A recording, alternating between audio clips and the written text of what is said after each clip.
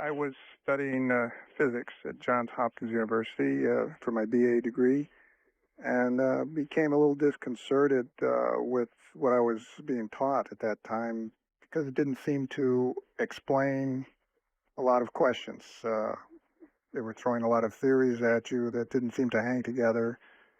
There was this division of science. There was no effort to weave different disciplines together. Right. And so I started doing some of my own exploration, so to speak, trying to ponder what is the nature of existence at a very fundamental level. And that from that early time, over the years, I was developing this new approach to understanding everything, I guess. Um, Existence is something that, or nature doesn't really divide itself into disciplines. It's something we've done, try to specialize in certain areas, but it doesn't mean that nature will operate really that differently in these different fields. And as I thought about this and was pondering these things, I started developing a theory of systems, which is something that could be applied generally to all different fields, chemistry, sociology, physics, uh, psychology. When I first was starting to try to develop a systems theory, and at that time, I wasn't aware that others had developed systems theory because it was something that wasn't that well known. But there was a society that met the American Association for the Advancement of Science. They'd have annual meetings together with him. Um, and this is the approach that a lot of people followed in developing systems theory. It's because it was sort of a reaction to the specialization in science. People who were looking for a more broad synthetic view of science would often go on their own to try to follow this path. And a lot of people I met later said that that's the way they did it until they discovered that there were other people that were thinking alike. From working on this, one day after finding that there was such a thing as systems theory and reading a lot about non-equilibrium systems. These are systems that are in a state of flux, like a candle flame, convection currents, tornadoes. These are examples. Biological organism, all these are examples of what they call open systems, meaning that the bodies or the systems are maintained through a constant flux, and if that change, that flux is stopped, the system deteriorates. And the law of entropy takes over at that point. Yeah. Also, for example, every 7 years, they say our body's made out of entirely new cells and material. So this became an interesting focus for me, was seeing that these principles of open systems, you found them in all different disciplines. And then one day I had this realization of that these concepts could be applied to physics. This was after learning about this unusual chemical reaction that produced wave patterns. And I realized that this could be a model for a new approach to physics based on the open system idea. It's an open system. It's or what they call non-equilibrium reaction, where you keep putting in reactants to keep it going, sort of like burning them up continuously. And there's a cerium ion in there that can go from one valence state to another, from valence 3 to valence 4. As the reaction proceeds, at a given point in the solution, the cerium will change valence and then come back down, and so it'll oscillate back and forth. And later they found that if they put in a certain dye, they could see this as a color change from red to blue. And if they stirred this continuously, the whole solution in the beaker would change first from red to blue, oscillating. This was called a chemical clock. And then they found if they poured this into a dish, it would make these wave patterns, which were not mechanical waves. These were chemical waves. And so they look like red and blue rings, like what you were saying, bullseye pattern. And so what connected for me was that in physics, everything is, it's really what they're talking about is waves. Particles are waves, electromagnetic waves. And the wave theory in physics traditionally has been based on the mechanical wave model. For example, the idea of light waves, they first got that idea. Well, the first fellow was Huygens, and he was watching waves on the Dutch Canal. And so that model is kind of stuck in physics, that mechanical wave model. And physics has sort of gone along that path. Now, mechanical waves are something that's very accessible to observation, and so it's natural that that would have been the model to be chosen, I guess. Chemical waves, we only discovered them ourselves 50 years ago, 40 years ago. You find this, that all the various disciplines in science had gone through a phase where they were once, their theories were based in mechanical models. And then as they found out more about what they were studying, they replaced those with the open system model. Like in biology, they thought of human bodies like machines.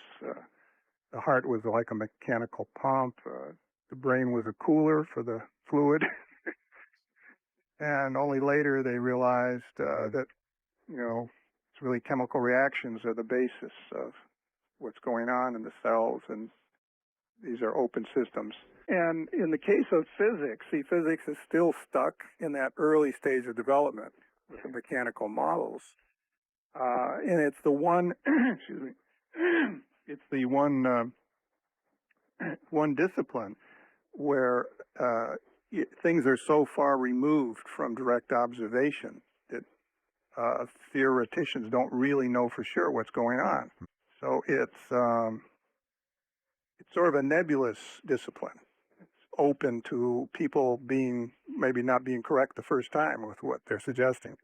Especially astronomy, things being so far away, you can't really bring them into the laboratory to do tests. Will explain everything or unify all of physics. And I think from the way they've been doing it, that's really an impossibility. Because it's, you know, the story of the blind men and the elephant, and each blind man was touching a different part of the elephant and thought it was a different type of thing he was touching. But this is kind of the way it is in physics, from the way they've been going about things, because what they do is experiments in a very specialized area, and then they see the observations, and from the observations create their theories. And so they get, like, let's say, use 100 different types of experiments with 100 different theories, and then somebody has to come along afterwards to try to make them all fit together. Now, the approach that I use, which is a little different, what I did is to look at what happens in other areas of science where we do see what's going on. And we see that as a rule, if there is a structure, it's an open system. And it obeys certain, there's certain rules, like how it's formed, for example. Like, for example, how do those wave patterns come into being? Or what's the characteristic of the reactions that would cause them to create an ordered form like a wave? Like to have a state of flux, a reaction is the first prerequisite. But then you need other things, like you need not one but more than one reaction, and they have to intersect. They have to interact. And then there has to be looping reactions. In this case, like I was saying about the cerium, where it goes from one state to another and back again, so it creates a loop. So that's very important. If you don't have that loop, you can't produce waves. So you can make these sort of basic rules, at least with the reaction system, for example. And so what I did is say, okay, we see this going on here in chemistry. What if we make this postulate and bring it into physics and say, suppose that there's an ether filling all space, sort of an ancient idea, and that it's actually an alchemic ether. It's reacting. We can write now the equations. Well, I came up with a set of 5 equations to describe this. And out of this, you get all of physical reality, in effect. I don't want to overstate my case.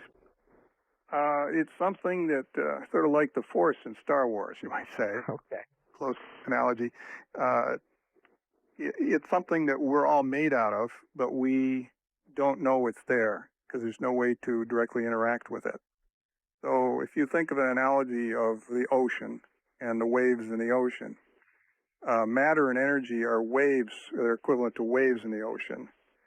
And so we as waves made out of matter and energy, we can sense other objects which are also waves because our waves collide with the other object's waves and we know it's there. But to go one level down, see, we can't go to the level of what is it that's forming the waves. We don't, even physicists' tools like particle beams for their particle experiments, basically are waves colliding with other waves. Way to directly prove through direct observation the existence of ether or etherons, the particles that form the ether. You can only infer it. You can do experiments which would only occur that way if there was an ether. For example, studying the speed of light. For example, there have been tests that challenged actually Einstein's theory that the speed of light is constant. And he was able to show with a laser interferometer shift of fringes depending on the direction he aimed his beams. And he was able to, from that, calculate the speed at which we were moving through the ether. And it matched very closely with what they found with the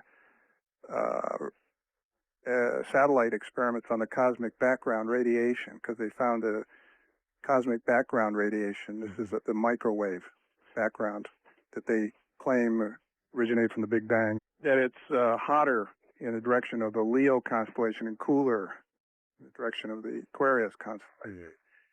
And that amount, from that you can calculate the speed which we're moving relative to that radiation field. It's a direct disproof.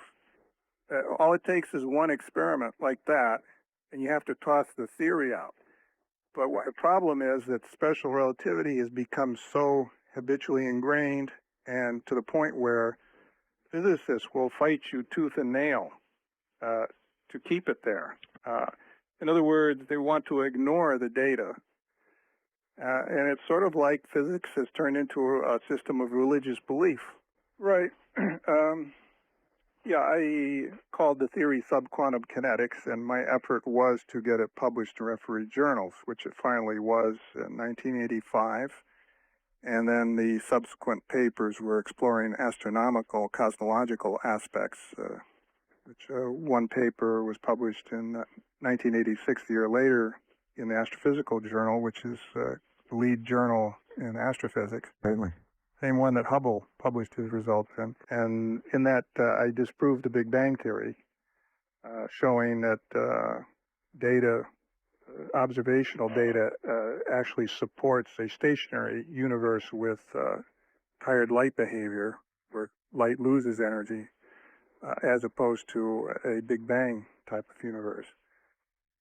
That was kind of for many years a thorn in the side of Big Bang theorists. What happened more recently, they spent millions of dollars to try to disprove my paper with programs as the supernova project, where they've been studying supernovas. All this you hear in the news about accelerating universe.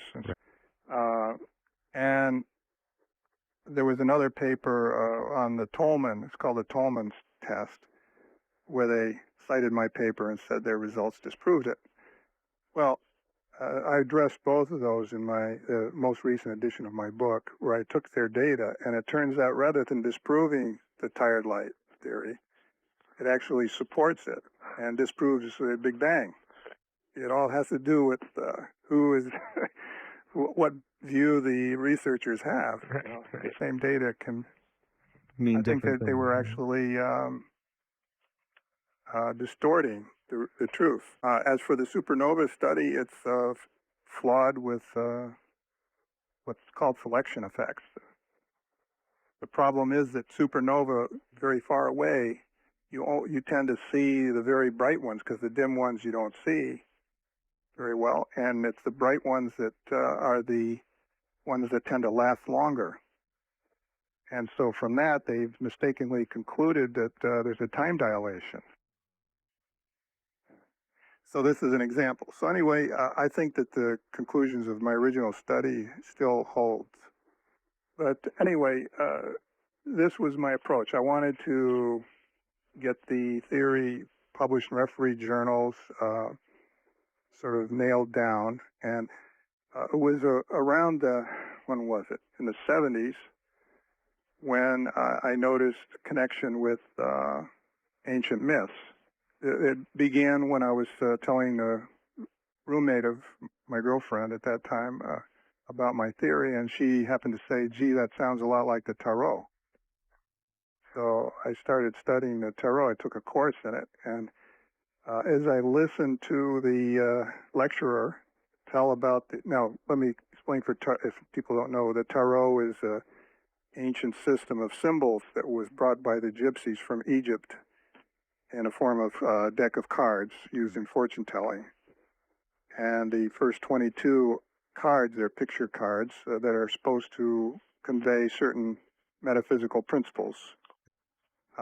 Very much like systems theory. You know, they're talking about natural principles of nature. And what I found was that the first 10 arcana, first 11, were in effect explaining my physics theory in the right order. In other words, if you had picked principles to lay down, what do you need first to create particles of matter out of an ether that's in a state of flux, an open system type of ether. There would be a certain order in which you'd present your concepts, and they were exactly in the right order. And of course, the guy that was lecturing didn't realize that he was pretty much explaining this physics. And what was interesting was that the Tarot, the esoteric tradition associated with it, is that the first 11 cards are supposed to be describing the creation of the physical universe. Okay, well, the first number, card 1, for example, is representing flux. You have the magus, and he's got his hand raised, and energy is coming down to the table. The table, it's the altar.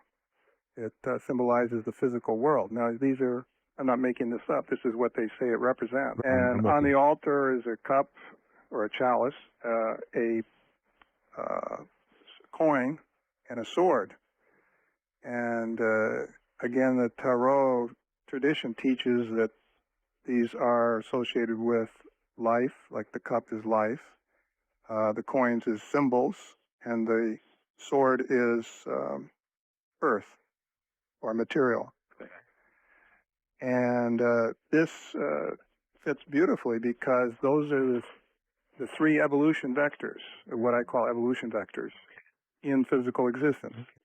If you look at all of physical existence and you classify all the systems that we have here, one is the most basic is the evolution of material systems from the atom, subatomic particle, on up to galaxies.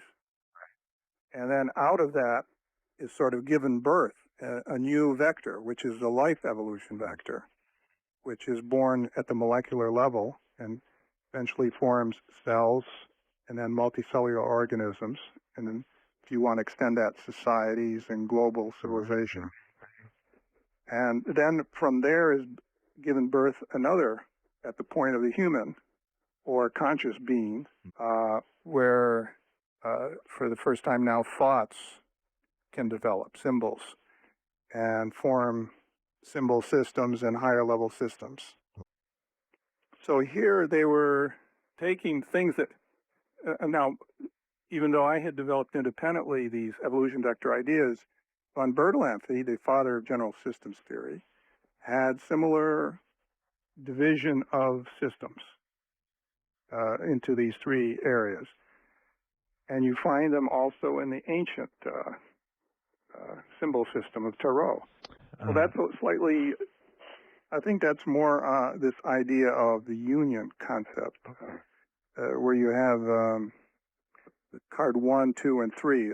Card 2 is the duality, the division of the flux or appearance of dualities. And then in card 3, they talk about the unions, like union of opposites. Mhm. Yeah, see, it has a certain logic. Right. And finally, in the end, you have a wave pattern formed. In fact, they symbolize it in the tarot with the Wheel of Fortune, where the beings are rotating around a wheel.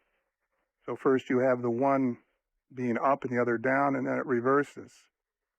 It's sort of like in the yin and yang, where they talk about yin and yang. Right. They also talk about the oscillation of polarity there, too. And so if you plot this out, they're describing the creation of a wave in a non-equilibrium reaction system. This is basically conveying an ancient physics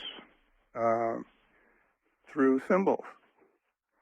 In fact, it's the tarot. It's tied in with the ancient Egyptian creation myths, and alchemy can be traced back to Egypt. In fact, alchemy comes from the word alchemet, which is meaning the science of Egypt. Yeah, I think Egypt.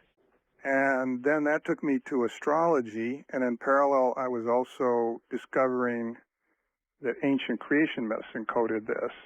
Well, the first one that was when I had gone to Portland State University to get my PhD. Right. I was going to study systems theory. This Okay. was the only university in the United States that gave a PhD in systems theory. Actually, I was going originally to develop my physics theory there. And while there, I was studying one of the books they had given us for one of the reading assignments. The theorist had made a comparison to the ancient Babylonian creation myth about some of the concepts there. It looked like systems concepts. And that's when I realized, my gosh, it's more than what he's seeing there. He doesn't see the whole thing. And I saw it was actually explaining this science of physical creation. Right, where in this case the gods, it's sort of like a little story. And the gods in the story are the principles, these principles that are operating in the universe. And as the story talks about what happens where the gods do this and that and they fight battles, they are describing the processes that go on in the physical universe to create, finally, in the end, the wave pattern, the primordial wave, which is the proton, as an example. Right. Not fields, but because the field is something emerges Later. more of a physical, visible phenomenon, whereas here you're at a subquantum level, where you have, if you imagine this etheric sea has not just one, but many different types of etherons, where you can label them with letters. And they're reacting just like chemical reactions might be. So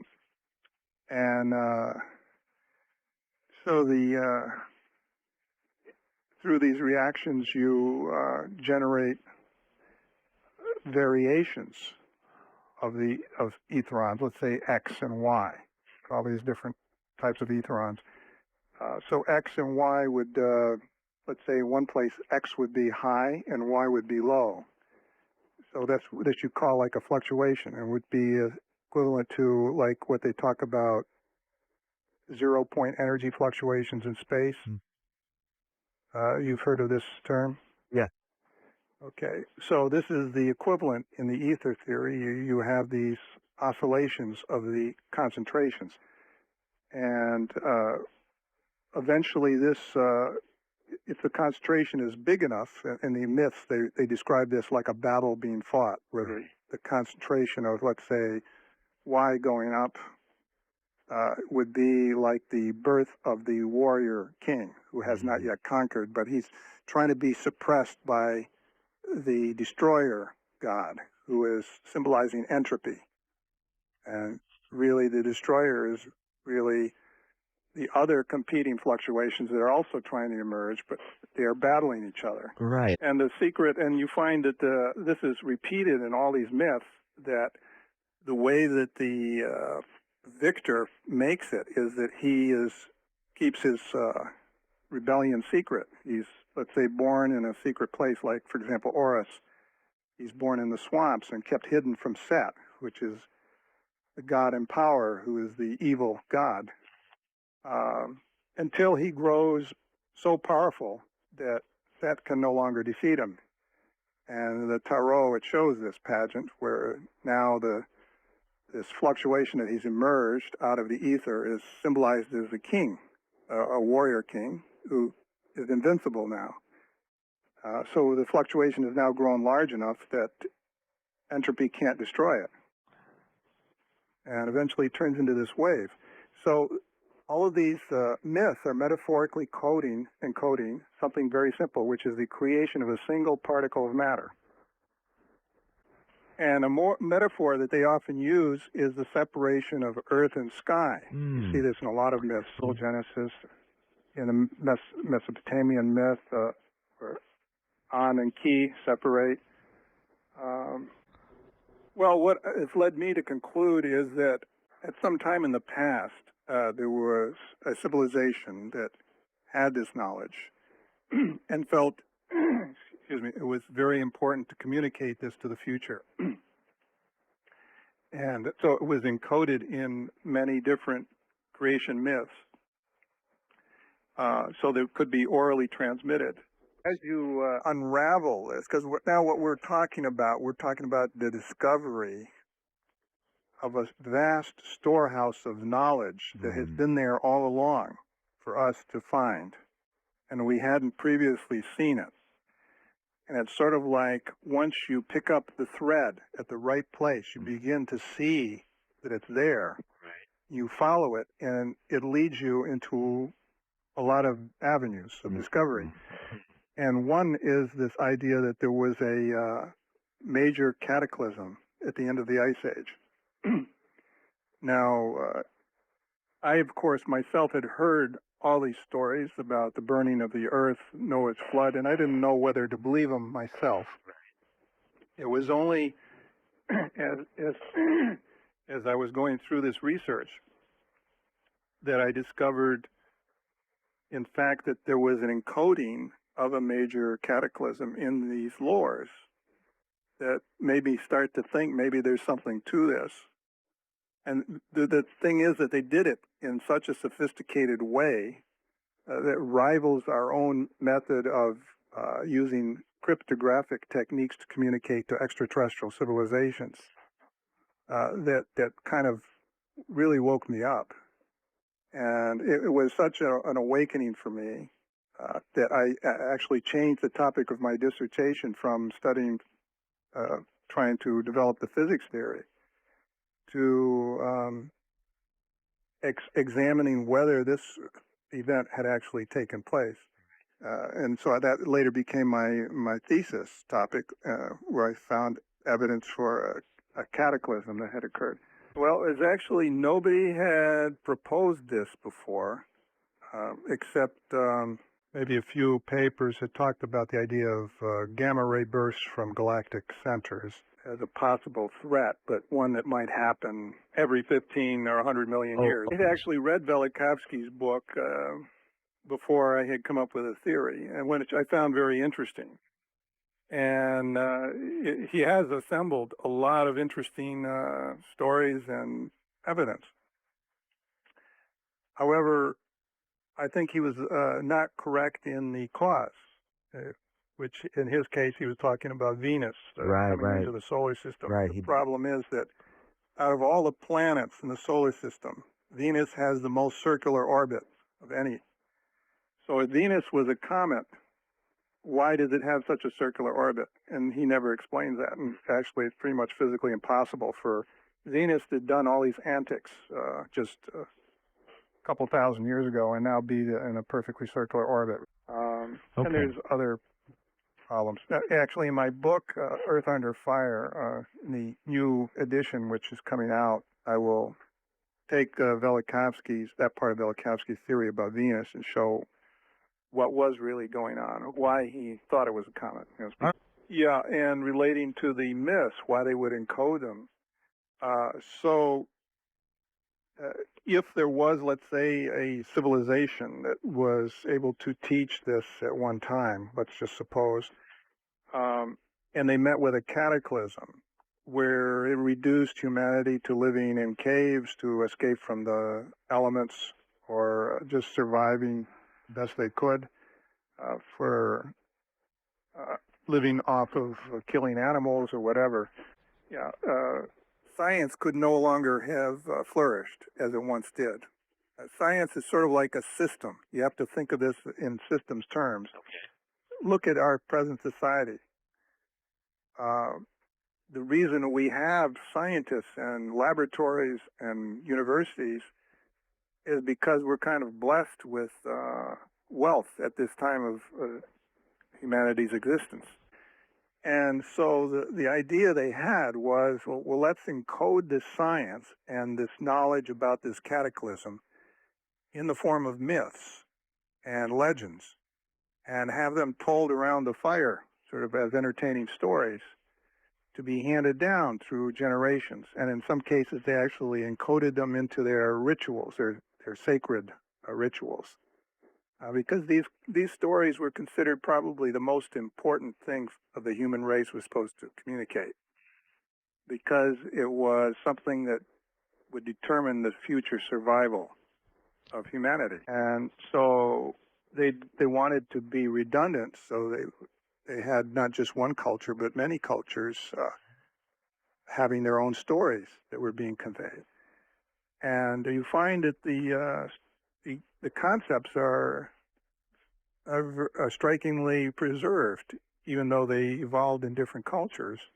You see different variations, like in some, for example, the Sumerian story just has a small sketch of the physics of creation, whereas the Egyptian stories go in great detail. And in the, for example, the Atlantis creation myth. Now, the Atlantis myth, there's two phases to it. The phase that's in Critias talks about the creation of Atlantis, and the other part is in Timaeus that talks about the flood.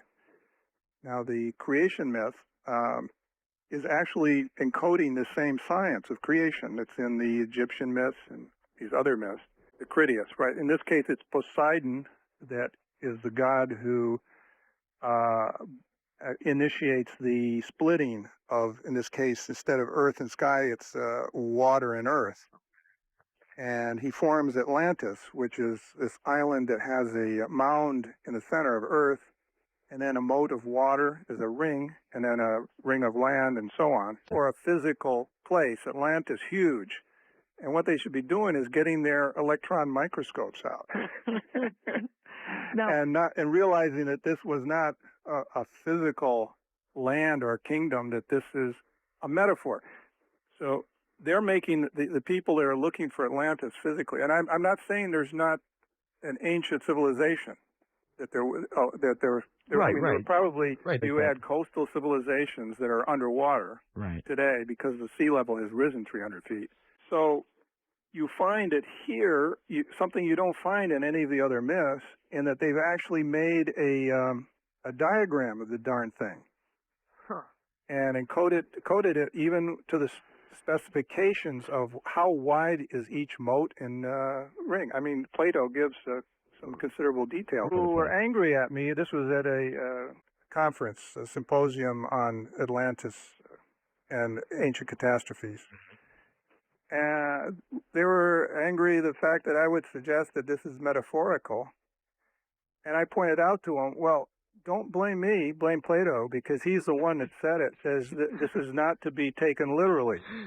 In the sun chariot, well, this is where the son of the sun god, who was just a mortal boy, wanted to run his father's horses, which the sun was pulled across the sky, a chariot.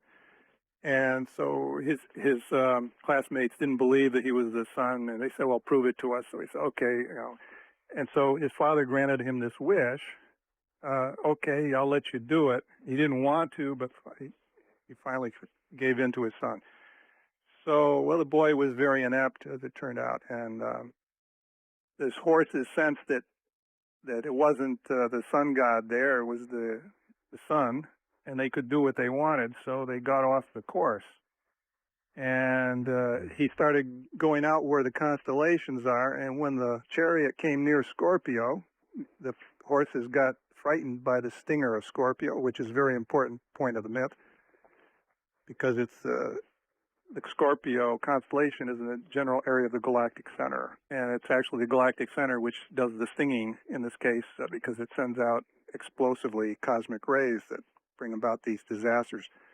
But it's at that point the horses are frightened, and they go into a stampede, and bringing the sun very close to the earth, and it's scorching and the surface and setting it aflame, and so on. Finally, Featherton is tossed in the sea, burning, and the sun is there, surrounded in smoke for days and days, and there's darkness and all sorts of.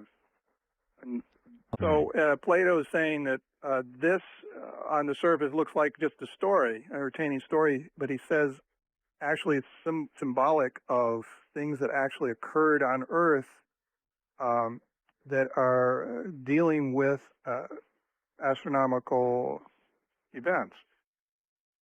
And so he's pretty much telling you right there. Right. But he doesn't go in to say what it is to decipher the symbolism of Atlantis, or what it is behind this story of heaven. And you can say because Plato was an initiate, and they were barred from explaining the secrets. And there was a reason for that. I mean, they could tell the myths because they wanted those myths out there.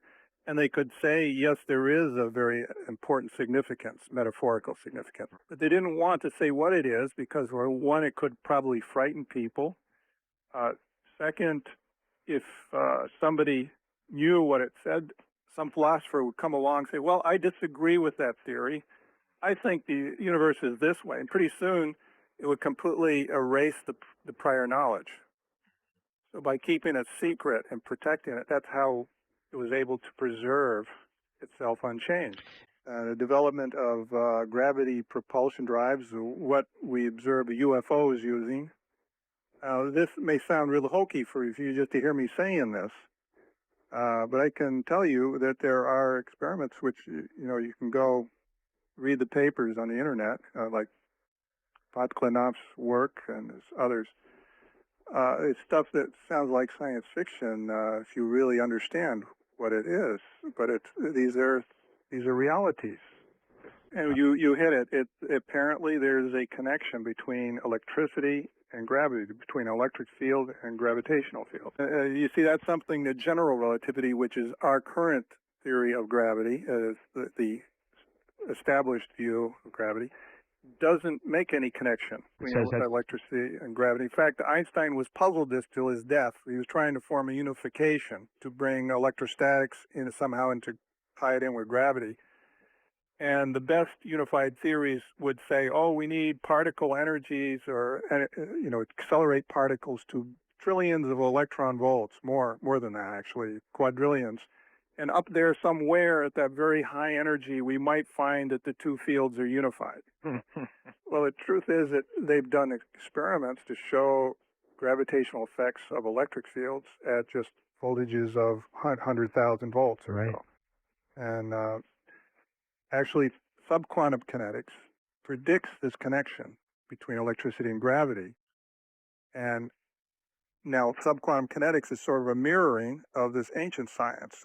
Even though I didn't base it on the ancient science, I discovered the connection later. I've been very careful in developing this because, as soon as you start saying, okay, your idea is based on some speculation of ancient religions or philosophies, nobody's going to believe what you say. Right. I mean, and there's a lot of theories like that are really based on a belief system.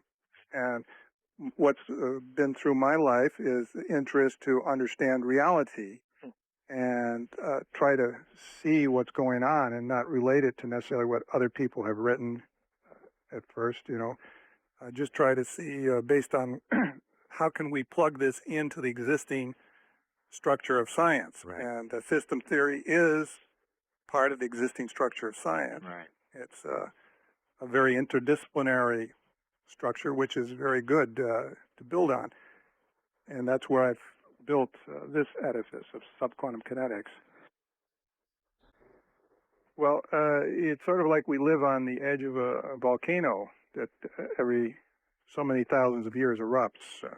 In this case, you see a tendency to erupt with major eruptions every 13,000 years or so, plus or minus 3,000. Then you have some minor eruptions, smaller outbursts. But the major eruptions are big enough that they can cause climatic changes. And if you look at the record of the past, the Ice Age record, you never had an interglacial like we have that lasts much longer than what we have now, which is 11,000 years. And the reason is because of these outbursts and the changes of climate, according to what I had proposed back in the 80s, is due to these volleys of cosmic rays that come to us from the galactic center. This is not just all hand-waving. I had created tests to check the hypothesis, and they all came out positive in favor of it. And then I published predictions, and now I have something like 13 or 14 predictions that were previously published, which have now been verified. Yeah, I worked on this for my PhD. It so blew me away when I discovered that this thing had apparently really happened. This record is the ice core record, and they've done a detailed climatic profile going back 250,000 years, but then going further back is the sedimentary record, like I think what you were talking about, which is a little rougher, but you can go back like 3 million years. The present ice epoch we have is between 2 and 3 million years long, and it's been oscillating into ice ages within that period. Wow. And I believe the reason we're in an ice epoch is because, see, you need not only the cosmic rays. See, there's two factors here. It's the cosmic ray volleys that come to us from 23,000 light years away from the galactic center, being in the vicinity of the Scorpio, Sagittarius constellations in that area. But you also need a lot of dust in the environment of the sun to get pushed into the solar system, and that's what causes the climatic changes. And if you look around, just seeing what other astronomers have written, you find that, lo and behold, there was a supernova explosion that went off a few million years ago. And we are now engulfed in the shell of that supernova explosion. It's called the North Polar Spur. And so not only there's dust, but also masses, cometary bodies that are debris left over from that explosion that has created sort of a debris field. And this is the source of the long period comets. These are comets that come in and go out. And astronomers previously, not realizing that we're in this debris field, they were postulating a sphere of comets around the solar system, and that things would jostle them to come in every so often. Well, the other way to look at it is, well, maybe it's just because we are passing through a region that's full of these. It's not just around our solar system. It's a huge area of light years and light years of this stuff. It's sort of like in Star Wars when they were going through that belt of asteroids. Right. So it just happens that we're in this choked up area presently, and so when we are showered with cosmic rays, they cause major problems, whereas they wouldn't otherwise. Okay, well, the cosmic rays, when they arrive, I call these superwaves. Okay. Now, I was the first to propose this idea that you have huge volleys that are of galactic size. Nobody had ever proposed that idea before because previous theories believed that the cosmic rays would be stopped by magnetic fields in the galaxy. And later came evidence that, well, in fact, particles do travel many tens of thousands of light years without being stopped. Right. This was after I had talked about long-range propagation. Think about an object that, well, it might be as big as the sun or maybe twice the diameter of the sun. Okay. But having maybe 2 million solar masses. So the material that it's formed of would be equivalent to like a white dwarf type of star. Okay. Very, very dense material. And you see, with this ancient physics, it explains why you would not have black holes. Black holes don't exist in this cosmology. That's kind of a negative idea anyway. The whole idea of things being swallowed up and disappearing, and black hole theory has been disproved over and over, and I have evidence for that both in Genesis of the Cosmos and in Earth Under Fire. For example, the idea of black holes being the center of galaxies causing these explosive outbursts.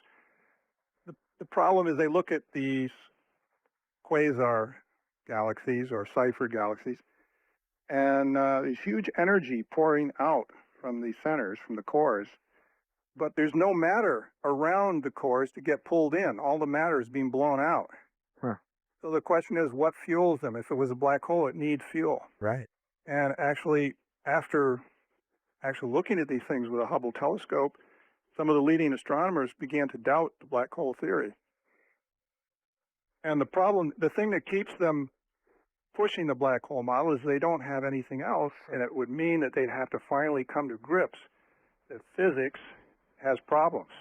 Anyway, what you would see is it would be so intense, so energetic that you would not see any light at all. It would be black in that sense that it would almost be invisible to our eyes. What you'd be seeing would be X-rays, gamma rays, which we can't really see. We'd just be bombarded with these things. Particles, cosmic ray particles. In other words, the star would be so hot, it would be radiating not light, but X-rays, gamma rays, and particles. And anything that was near it would get pushed out. And this is part of the natural creation. There's no Big Bang in this ancient physics and in subquantum kinetics. Your creation is through particles materializing in the ether spontaneously, right? Out of, if you want to say in the context of standard physics, you say that the 0-point energy, these electric potential fluctuations that come up naturally in the vacuum, as the standard physicists would say, eventually nucleate particles. And it's a very rare process. It's something, let's say, in your living room, it would take maybe 1 billion years or so for a particle to materialize.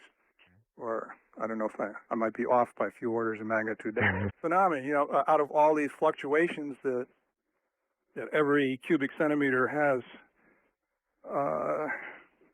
10 to the 85th fluctuations going on, let's say, very rare one would finally create a particle, sort of like Zeus winning his war and creating his empire, that empire being the particle.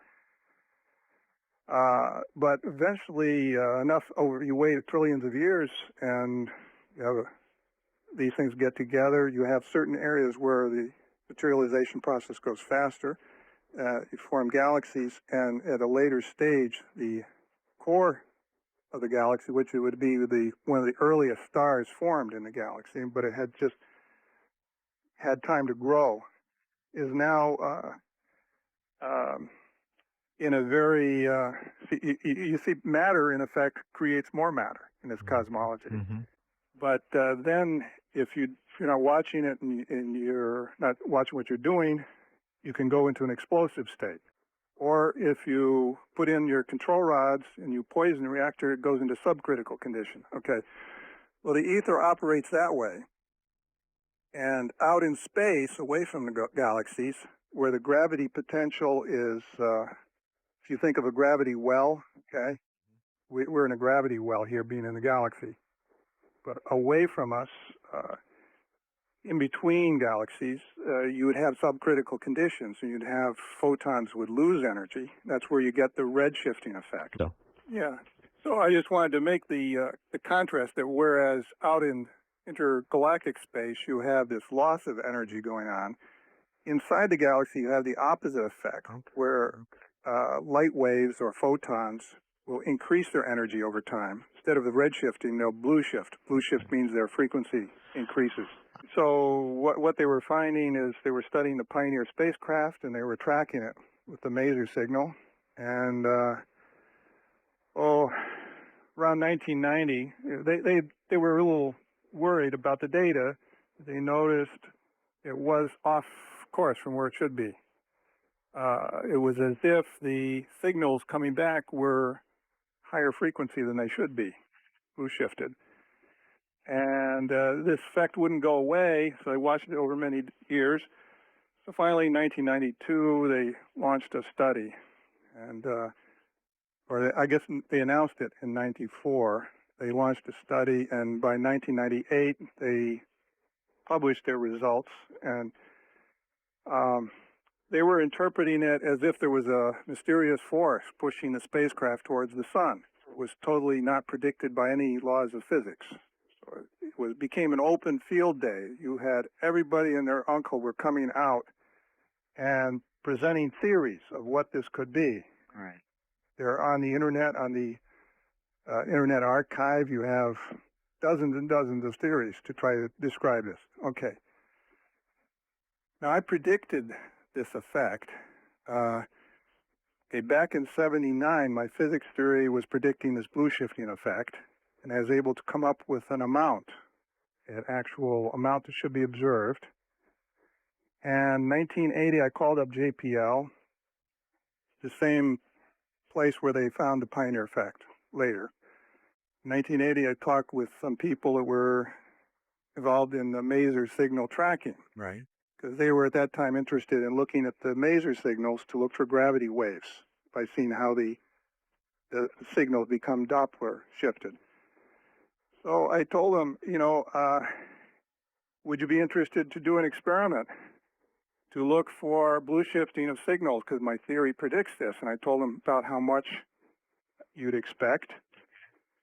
And the fellow I was talking to, his reaction was, well, we're having hard enough time getting funding for our own gravity wave research. But your idea sounds interesting, So it was left at that. They sent me some of their papers.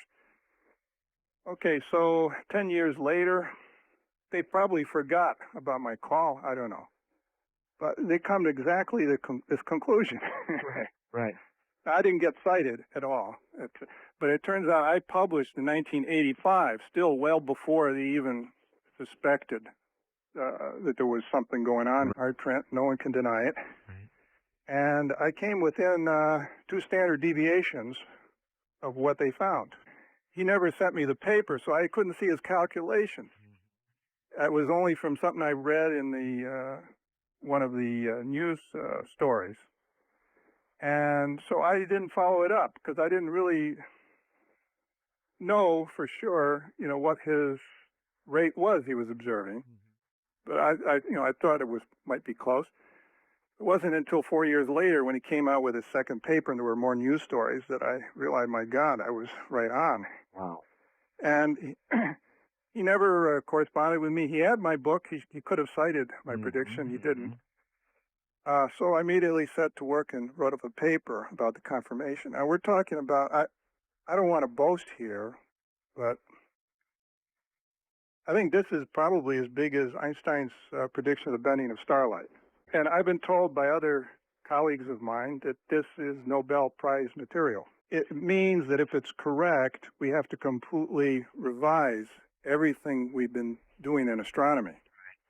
Because, for example, the amount of this effect, of this blue shifting, because you're in effect generating energy. If you look at the sun, for example, you add up all the photons in the sun, and you say they're generating energy at this certain rate. You get a sizable fraction of the sun's output being spontaneously generated energy. It comes out to be around 10% in the case of the sun. But for other planets, like Jupiter is putting out energy from its center, Saturn, the Earth, geothermal energy. Right. It's able to predict all these. So. Brown dwarfs and the red dwarf stars. Turns out the red dwarf stars are entirely powered by genic energy, this spontaneously generated blue shifting energy, according to the predictions. And you can actually plot the brown dwarfs and red dwarf stars, and they end up on the same line with the planets, which would be showing that there is a common energy relation when you plot their mass against their luminosity. But that's getting a little technical. Right. So anyway, I've written the paper, and this gets into this Internet Archive problem, because the way things were done before, and still are, is you publish your findings in a technical journal, and it can take anywhere from 4 or 5 months to 4 or 5 years. Sure. In the case, for example, of my paper in Astrophysics Journal, I first sent them the copy in 78 and was published in 85. So there you have 7 years to get one article published. Wow.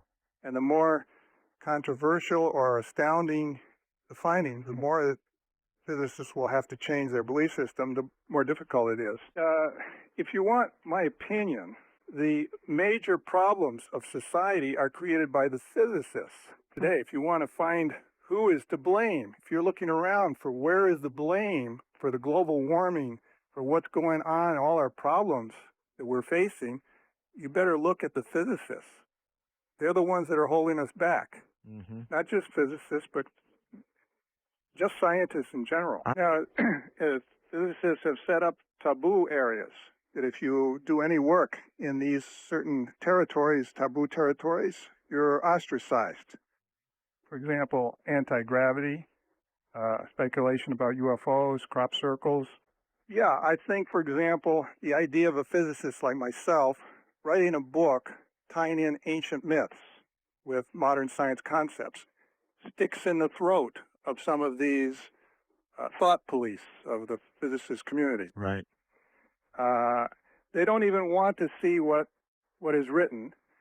Immediately they're thinking, oh, he based his theories on astrology or something like this. You know, they come up with all sorts of crazy ideas. No matter what you said, just because you went in that area, you know. Mm-hmm. And so I've been attacked by American Physical Society, by the top people, you know, writing things. They make up crazy stories, kind of like the negative ads you get in the political campaigns, where they make up baloney that's not true. But I was part of this plot. And then I get fired 2 weeks later after this was brought to the attention of my director. It was this kind of stuff that was going on. And over I'm not time, the only one to be blocked from posting his paper on this physics archive. Mm-hmm.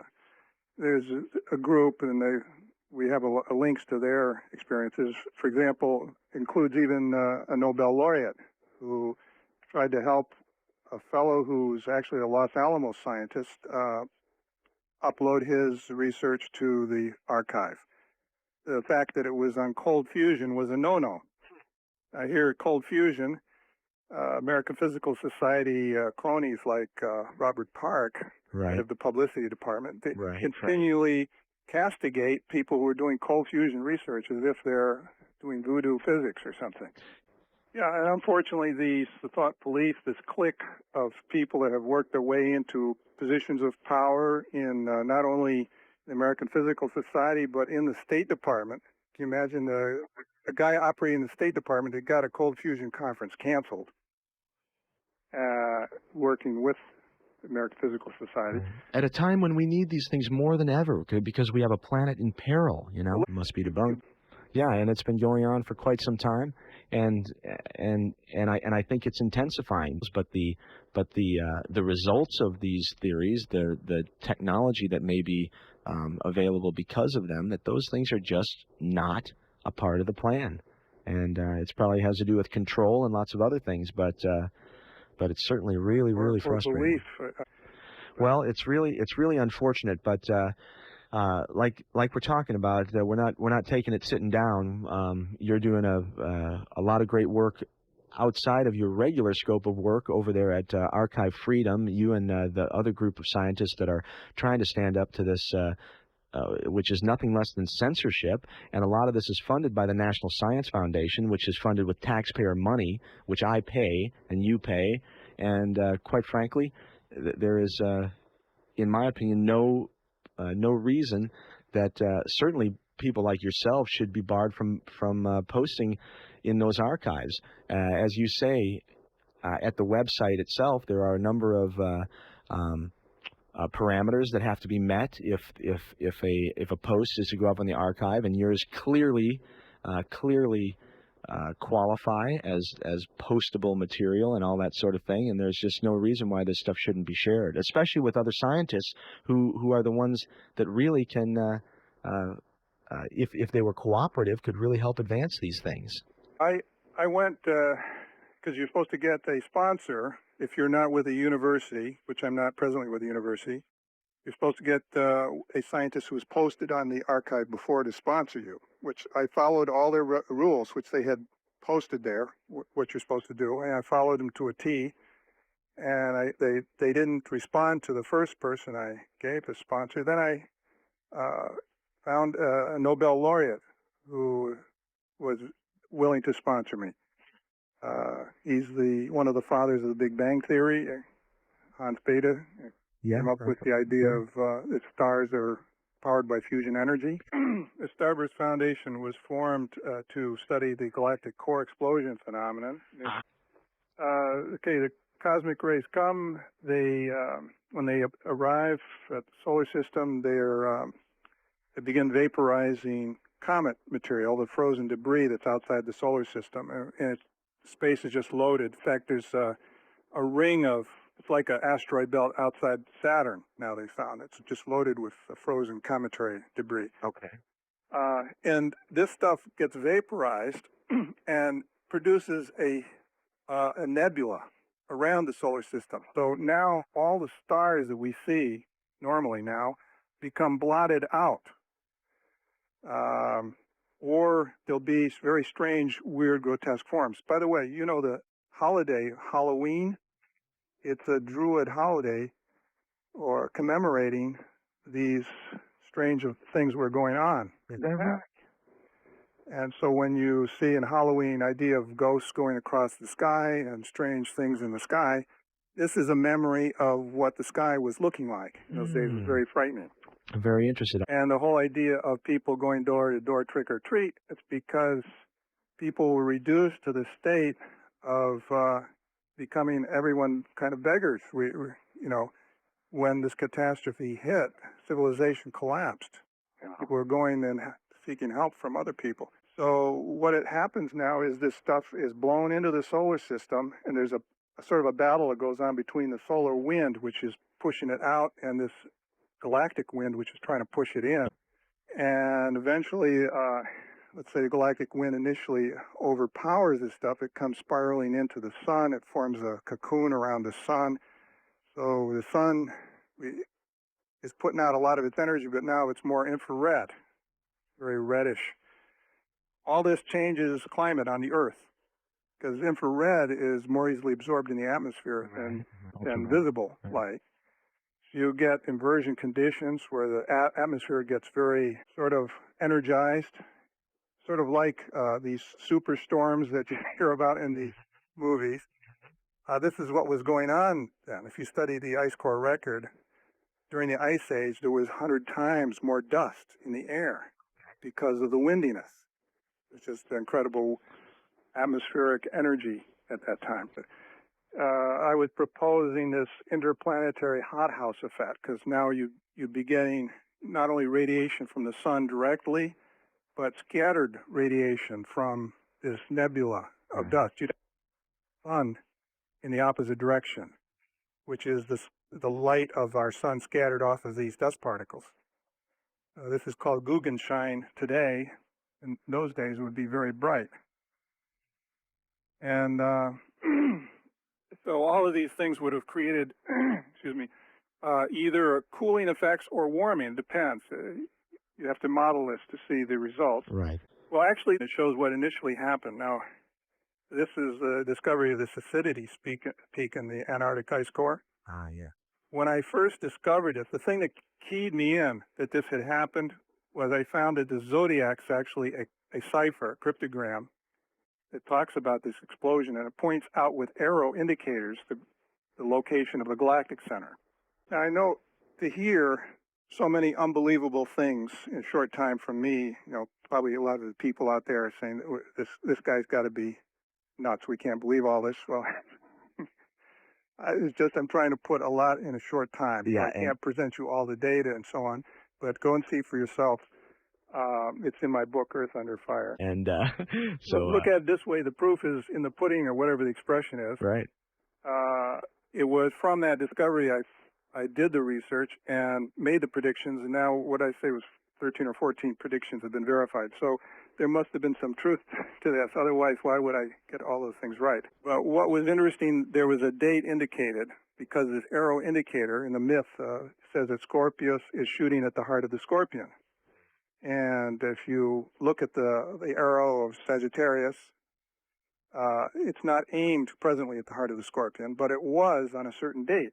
And that comes out about 15,800 years ago. Yeah, you know how constellations change over time because the stars are moving, proper motion of the stars. And by the way, to do this, I had to do some pretty sophisticated cartography. You have to put it on a galactic coordinate system and then correct for cartographic distortion and so on. The fact that you're using a Mercator projection. And I mean, you can be off by several hundred years if you don't do the right corrections. But I came up with his date, and I figured, well, from the cipher, because it's actually telling a story symbolically, it's talking about this being the date of the arrival of this core explosion, these cosmic rays. This was way back in the 70s or so that I was discovering this. And then I wrote it up. Earth Under Fire was in print in 79, and Earth Under Fire was in print in published articles before then, this date I came up with. So now, very recently, they found an Antarctic ice core. These acidity peaks, they couldn't understand what they were. They spanned about a century, where the acidity of the ice had hydrogen chloride, HCl, and hydrogen fluoride, and were going up and down in concentration over a decade or about. And they couldn't understand because no volcanic eruption would do this. You know, volcanic eruptions occur erratically. They don't put out so much material. This was like 20 times more material than any of the strongest volcanic eruptions anyone knew about. And when I looked at this, I thought, well, they got their dates a little wrong. You have to update their dating system with the latest findings, because now we could peg the Antarctic scale to the Greenland scale, which is very accurately dated. When I did that, you come out with this date 15,800 years ago. And you notice that this regular period of variation matches the solar cycle. That means that those gases and that dust there had to come from space because it's being modulated by the cycle of the sun. And so now this paper has been accepted. It's coming out shortly in Planetary and Space Science. It's you can download it from my website. And this I'm also trying to upload to this archive and have been blocked, even though it's been accepted for publication. So far, they've been blocking me. I'm hoping that it will finally come to their senses to allow this to go on too. Oh, well, I mean, I could go on and on about the core explosion phenomenon, about the burning of the Earth. I mean, it was how it energizes the sun. Well, I think we're overdue for another event, but I can't tell you when it's going to come. Everyone will want to say, okay, can we look out and see it coming? The problem is that it travels towards us at the speed of light. These are cosmic rays. So when you see the light from the explosion at the center of the galaxy, the cosmic rays are already on your doorstep. There's no time to prepare. You might have days before the very energetic cosmic rays start coming in, and they're going to be pushing cosmic dust. The cosmic dust would take maybe a matter of months to migrate inward, and then all hell breaks loose.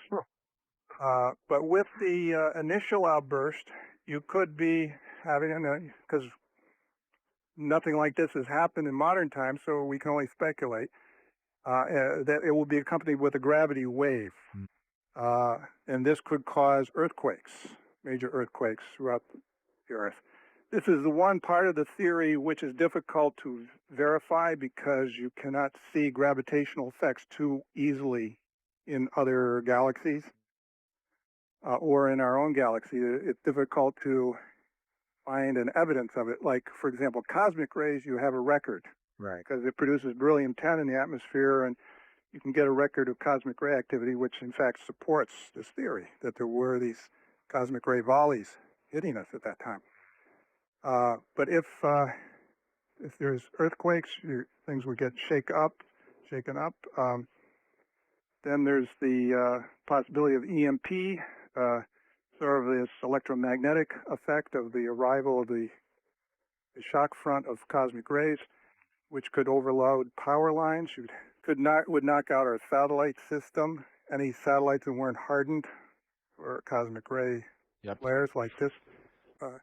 And one of the purposes of Starburst is to get the world aware of this, prepare them. And one of the ways is I tried to do it through my book, through the website. We have contacted various UN representatives, gotten back some very nice letters of thanks from some of the ambassadors who felt it was something serious that we should look at. But so far, there's no university doing research on this. It's sort of like we continue to walk in a fog. I would say the only hope is that this thing is several hundred years off. Right. We can't really tell exactly when it will come, but like some people are saying, oh, it's going to come 2012. 2012. We've been building one of the recommendations we have is to build a distributed power network so we don't depend on power lines. We should have been allowing the sale of free energy machines, for example, magnetic motors, which is a reality. I mean, one time I was on the way to Tesla conference, and I happened to sit next to a guy who was in charge of security at one of the secret government labs up in, or was it Utah or somewhere? So. And it also provides a nice framework for understanding this ancient science because it uses metaphor and it's really accessible to people even without science backgrounds.